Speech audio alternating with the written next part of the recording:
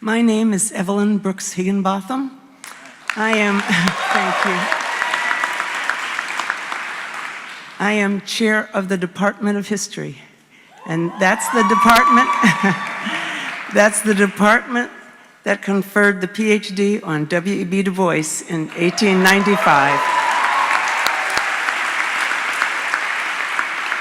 And I also have the distinct honor of being a professor and member of the Department of African and African American Studies.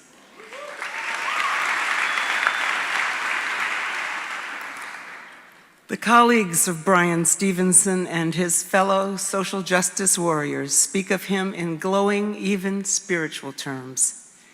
Barry Scheck, the co-founder of the Innocence Project, says Stevenson connects emotionally with people like no one else. Darren Walker, one of our Du Bois medalists from last year and the president of the Ford Foundation, describes Bryan Stevenson as one of the transformational leaders of his generation. He says of Stevenson, he is one of the great prophetic voices of our era.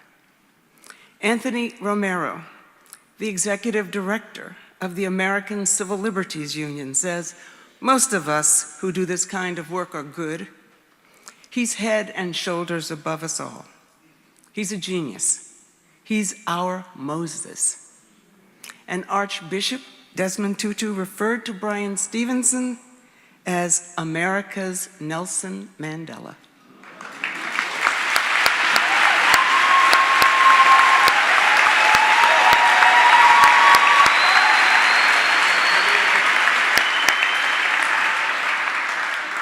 A visionary lawyer and a legal thinker and author of the inspiring book about his journey in the law, Just Mercy. Bryan Stevenson has dedicated his life's work to protecting the poor, the incarcerated, and the condemned. He is the executive director of the Equal Justice Initiative, which he founded in Montgomery, Alabama in 1994. And through EJI, Stevenson has won significant victories in the courts in eliminating excessive and unfair sentencing, exonerating innocent death row prisoners, confronting abuse of the incarcerated and the mentally ill, and aiding children prosecuted as adults.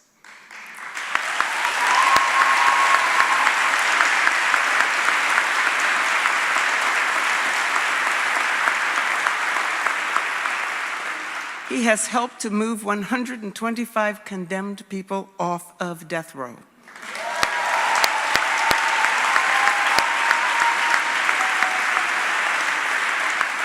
And he won the landmark Supreme Court decision ruling that mandatory life without parole sentences for children 17 and under is unconstitutional.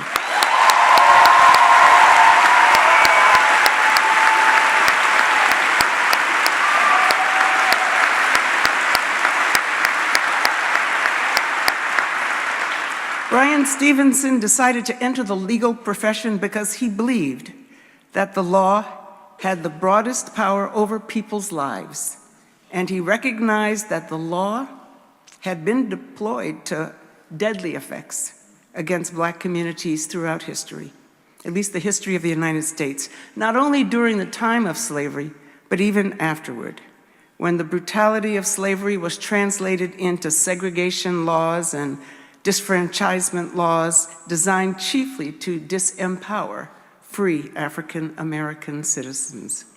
And Stevenson has added to the legal work of the Equal Justice Initiative a new dimension, thus realizing that work in the courtroom could be aided through educating the broader public.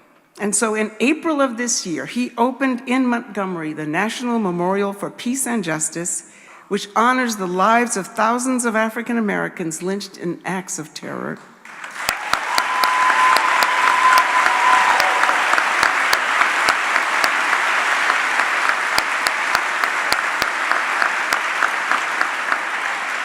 And he opened the Legacy Museum, which is built on the site of a former slave warehouse.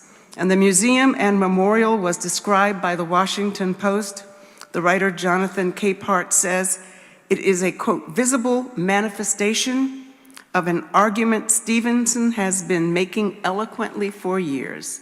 A clear and direct line can be drawn from slavery to lynching, to Jim Crow, to mass incarceration.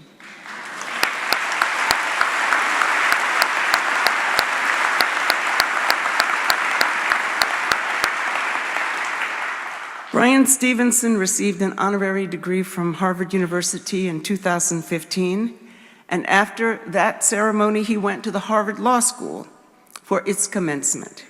He had graduated from the Harvard Law School 30 years earlier, and he addressed the freshly minted, awestruck lawyers, and I'm quoting him, "I hope that you know that you now have incredible opportunities to change the world.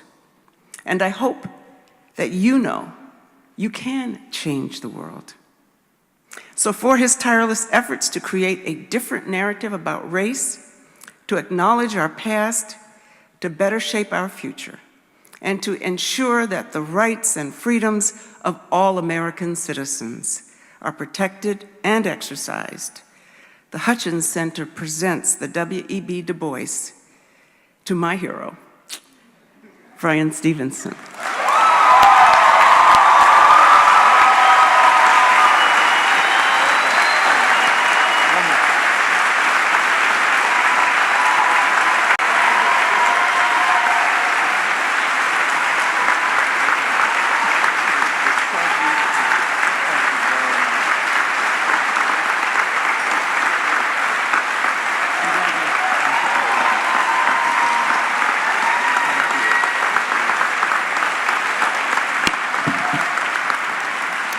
Thank you so much. I've been traveling all day and I wasn't able to get here at the start, but it is such an honor for me to be on this stage with these amazing human beings, some of whom I've admired my whole life. It's great to be back here at Harvard. This is very, very humbling. I do what I do by standing on the shoulders of people who did so much more with so much less.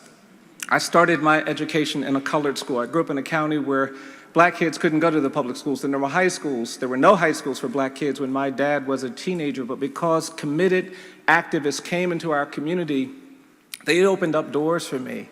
And because of that, I got to go to college, I got to go to law school, I've been able to do some things, and I'm just excited about what dedicated people can do if they put their minds to it. I am persuaded that we have to change things in this country. We need to change things in the world. There's a desperate need for more of us to get proximate to those who are poor and suffering, those who are excluded, those who are marginalized. I believe there's power in proximity, and if you're confused about what you can do, if you're not sure about how you can make a difference, get closer to people who are incarcerated or marginalized or excluded or abused or neglected, because in proximity to the poor, there's power.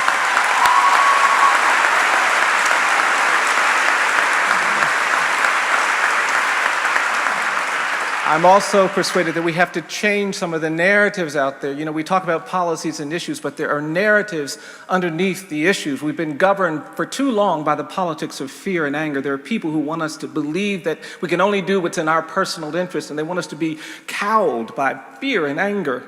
And I believe we have to reject that. There is a narrative underneath the history of racial inequality, and we've got to confront this narrative of racial difference that continues to burden us. It's in the air, it's like smog, it corrupts things. We've got to tell this country that we're a post-genocide society based on what happened to Native people when Europeans came to this continent.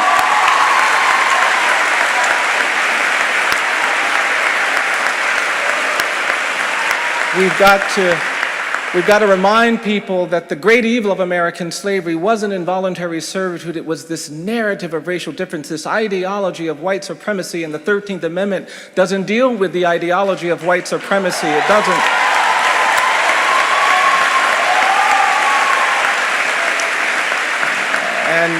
And because of that, I've argued that the 13th Amendment didn't end slavery. Slavery just evolved. It turned into 100 years of terror and violence.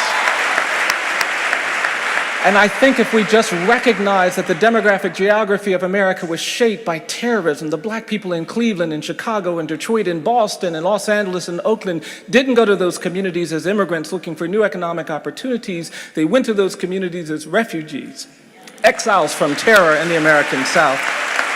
And so we have to recognize that that narrative of racial difference, which still creates a presumption of dangerousness and guilt, has to be confronted. And you can be a Harvard graduate, but if you're black or brown, you'll go places in this country where you're going to have to navigate a presumption of dangerousness and guilt, and we've got to change that narrative. And thirdly,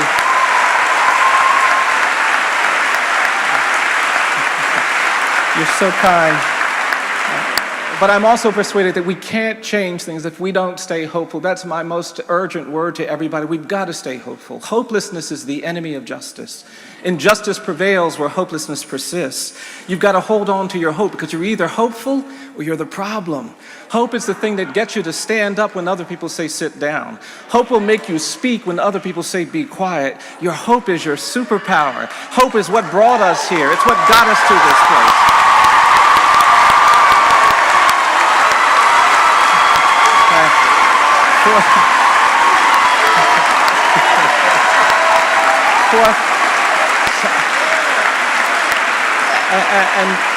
And finally, I just want to say to all of you students out here, you've got to be willing to do uncomfortable things. You've got to be willing to do inconvenient things. We can't change the world if we're unwilling to do the uncomfortable and inconvenient. You students who are here, don't ever think that your grades are a measure of your capacity to change the world, because they're not.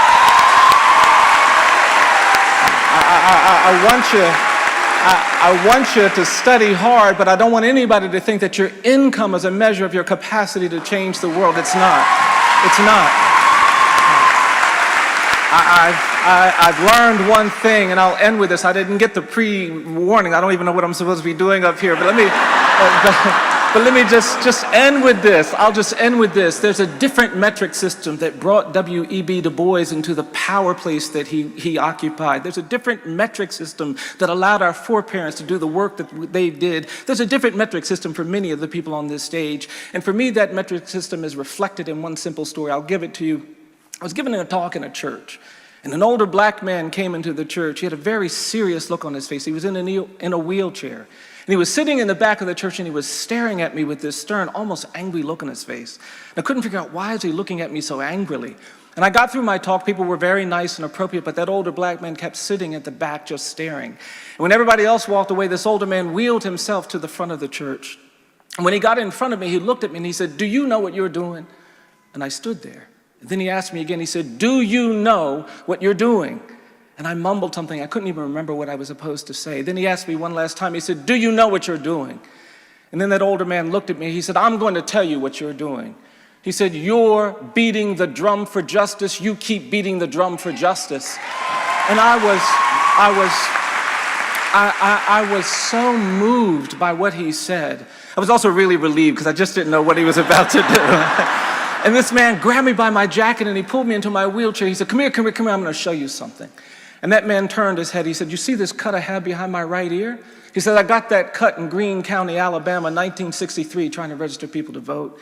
He turned his head. He said, "You see this scar I have down here at the bottom of my neck?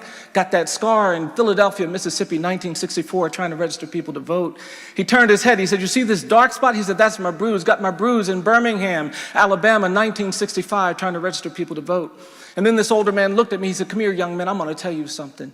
He said, "People look at me, they think I'm some old man sitting in a wheelchair covered with cuts and bruises and scars." He said, "But I'm going to tell you something." He said, "These are not my cuts. These are not my bruises." He said, "These are not my scars." He said, "These are my medals of honor." So on behalf.